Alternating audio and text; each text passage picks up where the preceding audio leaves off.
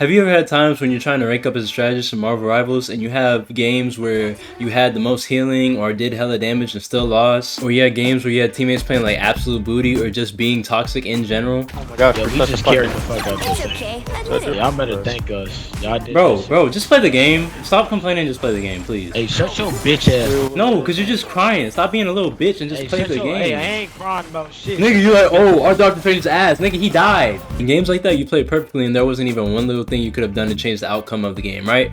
Wrong. I know when you have a stretch of bad games or get stuck in a rank, it's easy to dismiss the advice that says focus on yourself and what you can do better and you'll climb, but it's actually true. Yes, you're gonna have games where you have bad or toxic teammates or you put up the best counting stats and you still lost, but the truth is you're never gonna win every single game.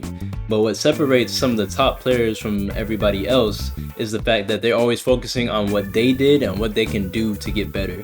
Because they know that every single game they have is not perfect. There's always something, even if it's a little bit of something, that they could have done to improve. My name's D Swishy, I'm currently Celestial 3 Strategist, and these are 5 tips on how to improve and climb in Marvel Rivals. Now these tips are going to be more broad. I'm not going to go into super specifics, but if y'all want videos for like specific strategists or just some tips on how to climb in hero shooters in general, I'd be happy to supply those. Other than that, don't forget to like and subscribe for more, and let's jump right into the first tip.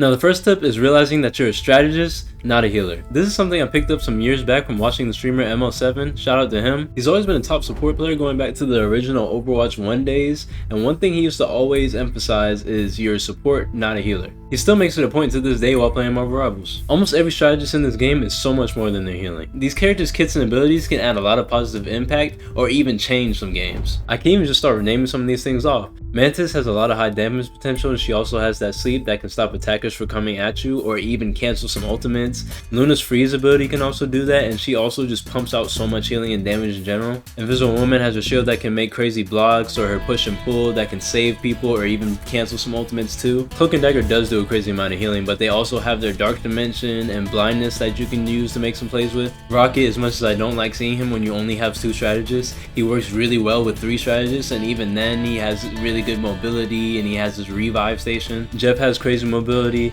Adam has high damage potential and his revive. Loki's actually really slept on and has so much in his kit that he can do. The point is, you have to be taking these characters' kits and be using them to the highest potential that you can.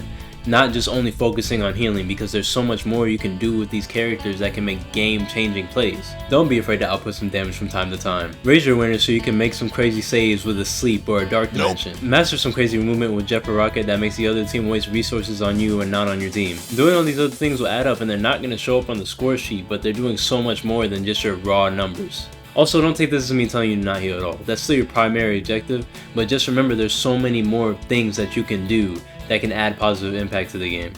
The second thing I want to talk about is another very important point, and that's positioning. This is one of the biggest things I still see people struggle with, and it's one of the most important things that decide if you live or die in a fight.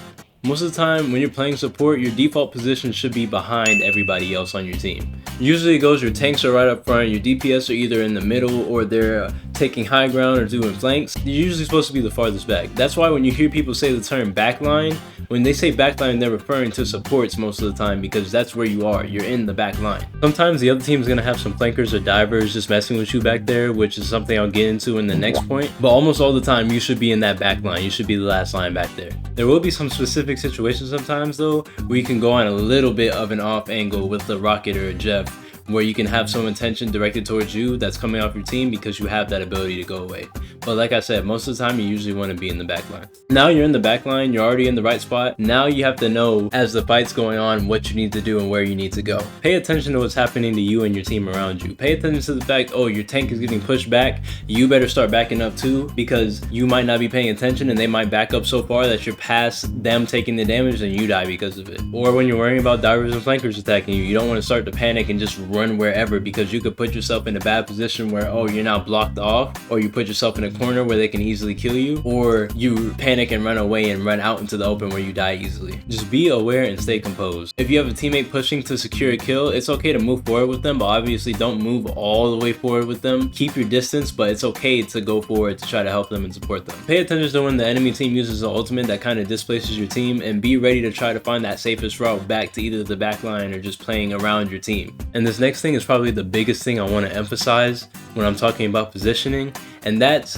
when a teammate overextends. It's okay to try to help support them, but do not put yourself in a position to die trying to help them. It is almost never worth it when your teammate overextends to try to go help them, because 9 times out of 10 they're gonna die because they put themselves in a really bad situation, and now that you chase them trying to save them from the inevitable, you're gonna die too, and now you're down 2 players instead of 1. One of those being the strategist that could potentially save the fight. Yes, you want to be trying to save your teammates the best you can, but never die trying to save somebody who's already gonna die, because now if you're both dead, that's not helping anybody. You have to be able to read the situation to see, oh, they're in really bad positioning, let me see what I can do, but let me not overdo it to the point where now I'm gonna die too. But yeah, make sure you're staying aware of what's going on around you and keeping your composure so you don't panic and put yourself in a bad spot. Always try to play in positions that are safe for you, and even use natural cover around you. That can help you from having to just take random damage that you don't need. I'll show you an example where I did some really stupid positioning and I'm not really sure why I did it, but then we can move on to the next point. So we have the other team pushing up and we don't have our tank right now, and I was playing up trying to keep our Bucky up.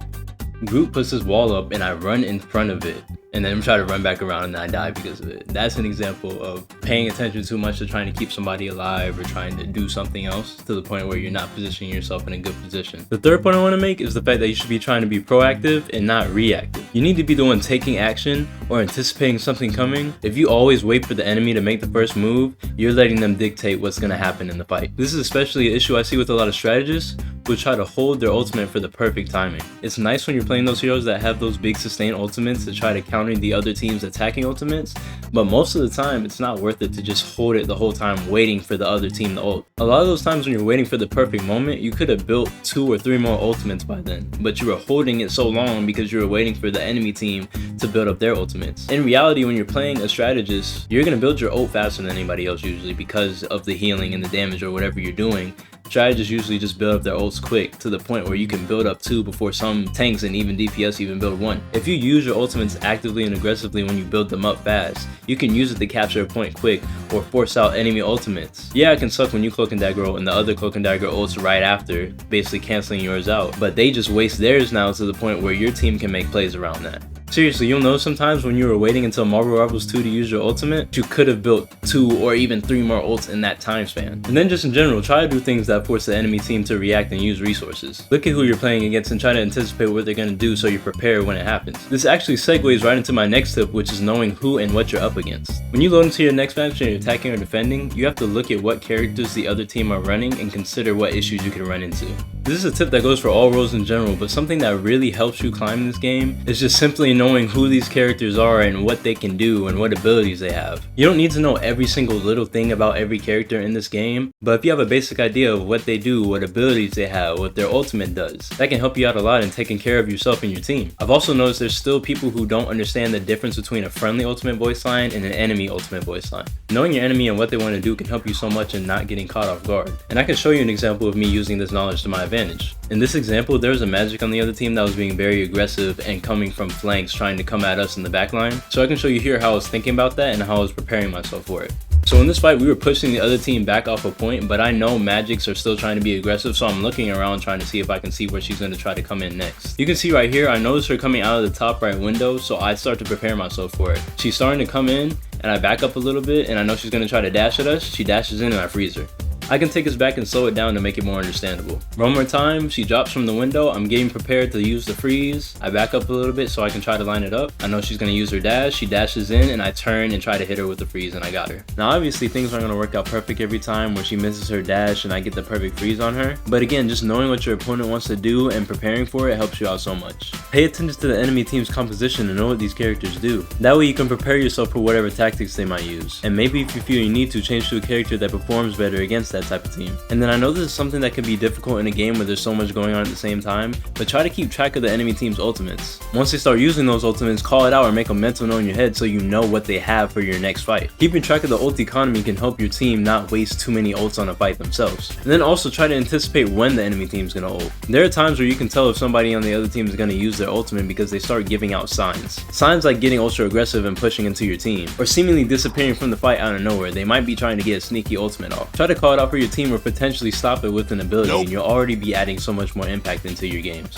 Now, last thing I want to talk about is something I brought up at the beginning of the video, but please focus on yourself and try not to get tilted. When you play this game and you're solo queuing or playing in smaller stacks, you're gonna get randoms and they can vary in skill. You might get a really good random or you might get a really bad random. You might get a very good teammate or somebody that's very toxic. Yes, there's gonna be games where one of your teammates doesn't perform up to par or refuses to, but you can't walk out of every game that you play and just say, oh yeah, my teammate was bad or my teammate was toxic, we lost the game because of that. You can't blame every single game on that, because that's not always going to be the case. You're never going to win every game, and games like that are going to be really hard, but you can't walk in with the mindset of, oh, we lost because so-and-so is 4-5 right now, or they're being really toxic. You can't let that stuff get to you. You have to try to stay positive and focus on what you can do to help the game. I've won games where I've had bad or toxic teammates because, yeah, maybe I might get frustrated in the moment. I need to play healer, bro. Holy shit, I can't get more heals from a health pack. Bro, I literally watched you die because you were overextended. I don't want to hear that. What are you doing, Groot? Oh, I'm finna cuss you out. You better Dude, Wait. Shut up. Stop. No, because you're fucking pushing up from right. Because the point is that the game's not even over yet and you're crying. We can still win. I'm not fucking crying, You bro. are fucking crying, bro. But then I'll sit there and be like, okay, we can still win this game. I have to just keep playing to the best of my ability. If you let other people's negativity or bad performances get to you, you're gonna start underperforming because you're not thinking straight. So I know it can be hard, but in the back of your mind, always remember that you do have a chance of winning that game. And when you do lose games like that, don't just think it was all over from the beginning and say that there was nothing else you could have done at all to help. The one common denominator that's going to be in every single one of your games is you. And not a single one of us players on this game is perfect. So if you take those losses and look for stuff you can improve on, you can make those tough games a lot more winnable. Seriously, at a certain point, every single game can't be your teammate's fault. So if you get rid of that ego and learn from your losses, you will start to climb. That's going to be the last of the tips I have for y'all today. If y'all want some tips for a specific strategist or some Vanguard tips because that's my secondary role, or just some tips for ranking up in hero shooters in general, go ahead and let me know in the comment section below. Other than that, thank you for watching the video all the way through. Don't forget to like and subscribe for more content, and I will see you guys in the next video. Not gonna lie. They're just standing there. What the heck? Hey, get him, get him, get him, get him, get him. Vehicle to its destination. We just placed going. it Okay, wrong. it's What going. I an get. Whoa! Oh my gosh. Bro actually fell through it, bro. What is No, this? it disappeared when I jumped. Oh my god, that's hilarious.